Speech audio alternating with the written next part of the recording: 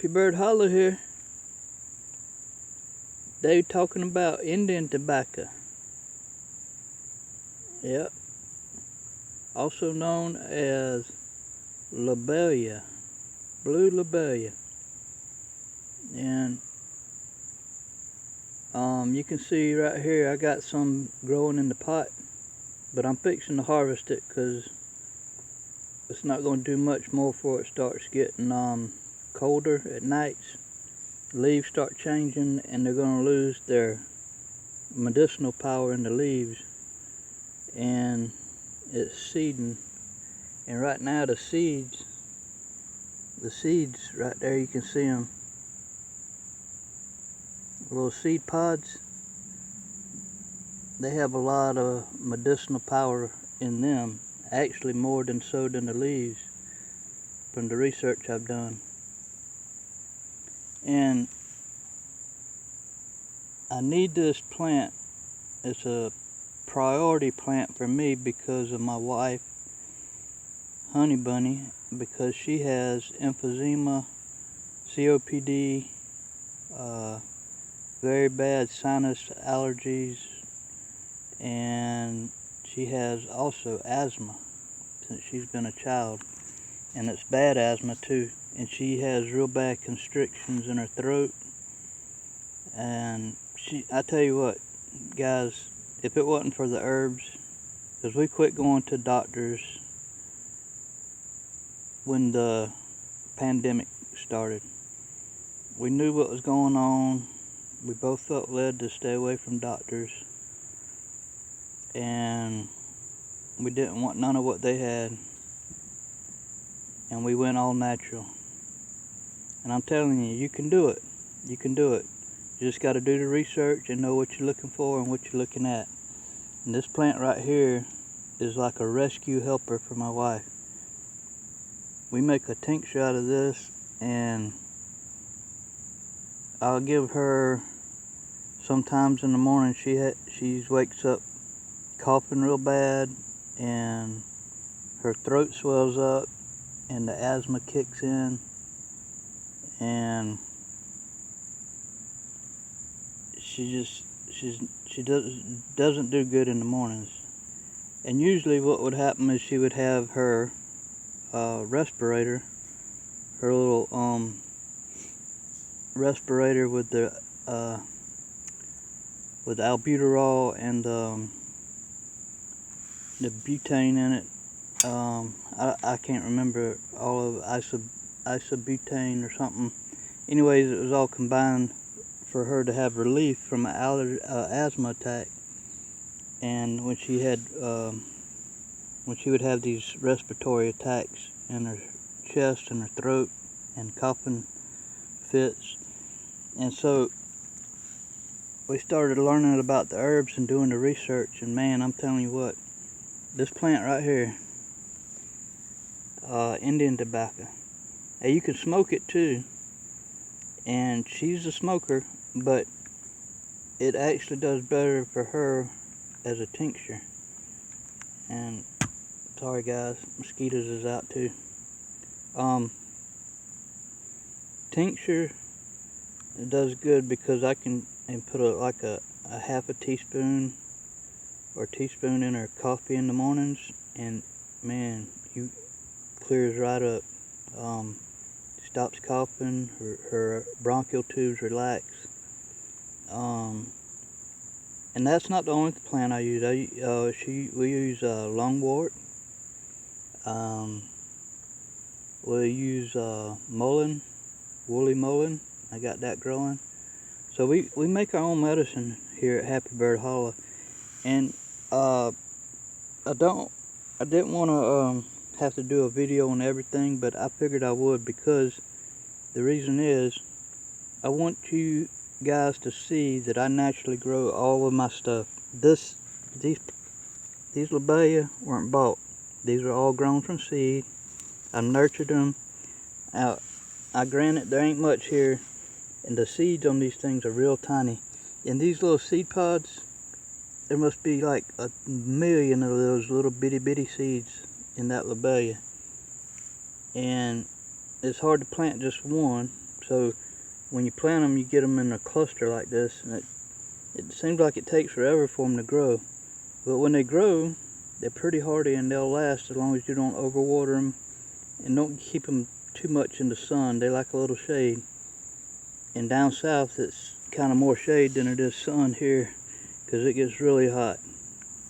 But I had this pot here with lobelia, and I had this little pot here with some lobelia, and I already cut it. See, I got it. I'm making medicine out of it now.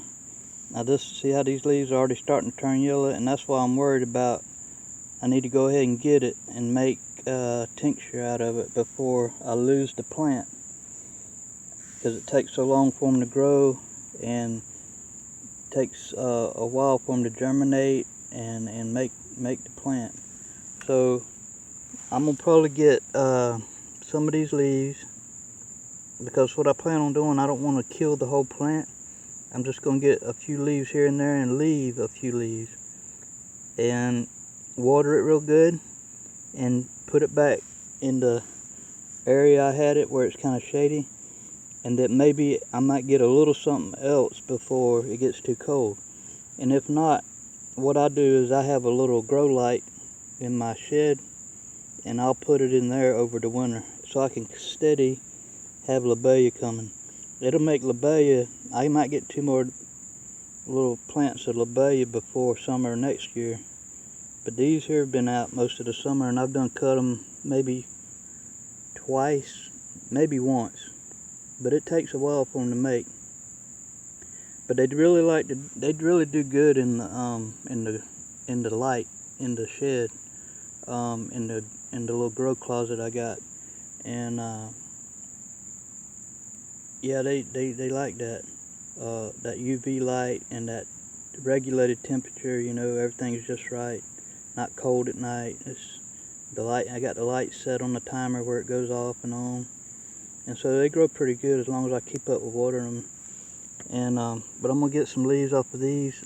See, it kind of grows like a little head of looks like a little rosette of lettuce or something. And the leaves are real hardy. And the leaves are really acrid. Now, acrid, how to describe acrid, I would say it'd be kind of hot and peppery with a bitter, real strong, astringent, bitter taste. It actually will burn your back of your throat. And this plant actually, if you take too much, will make you sick. So you have to be really careful with lobelia, with how much you take. They usually tell you droppers, you know, drop a few drops, and it's not as critical as they say it is.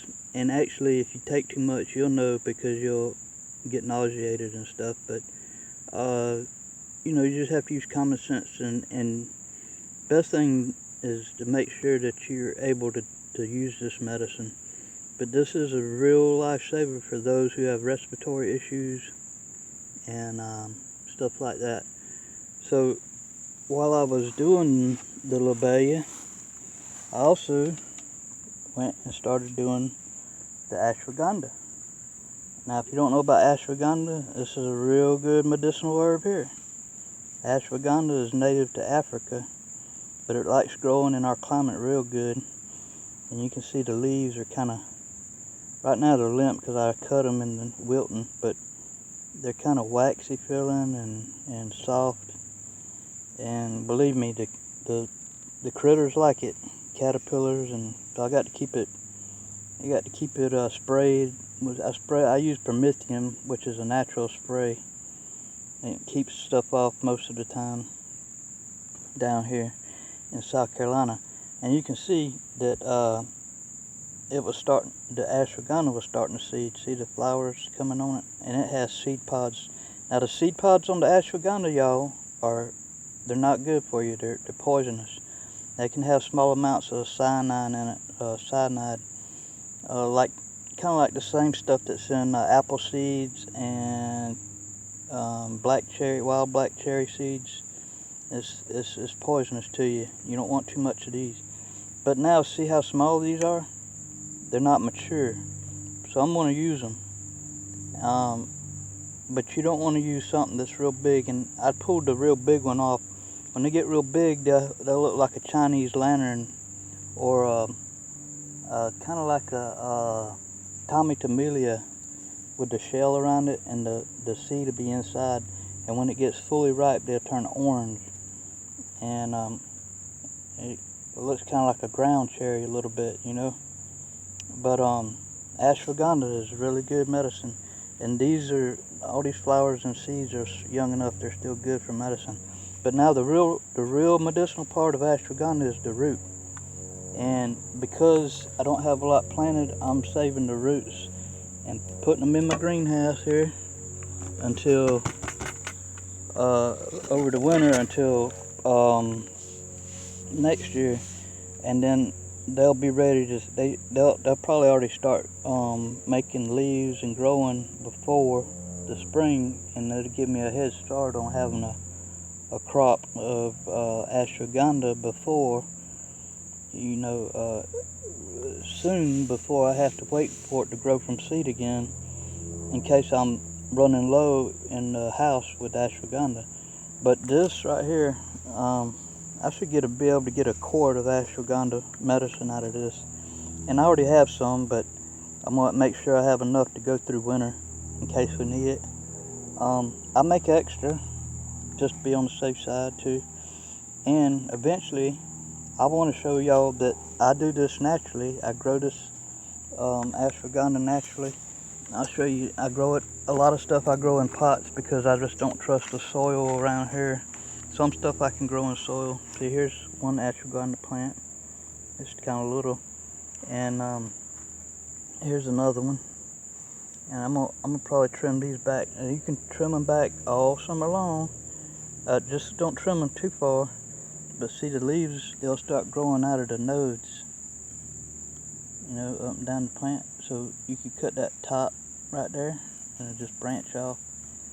And you can see where I've cut some already, and they kind of branched, you know. And wherever you cut them, they won't nothing grow, but it'll grow down on another node. And but yeah, I cut this probably once or twice, and sometimes I pick a top out, you know, for tea. And this ain't ashwagandha, this is sage right here. And I'm gonna do a sage tincture soon too. But yeah, the ashwagandha is really medicinal, y'all. It helps my wife with her bronchial asthma. It's good for respiratory. This is my moringa tree. Trying to grow some of them. They're good for detox. The seeds are. But yeah, guys, I just wanted to show y'all today the harvest and the medicinal properties today. But yeah, all natural, y'all.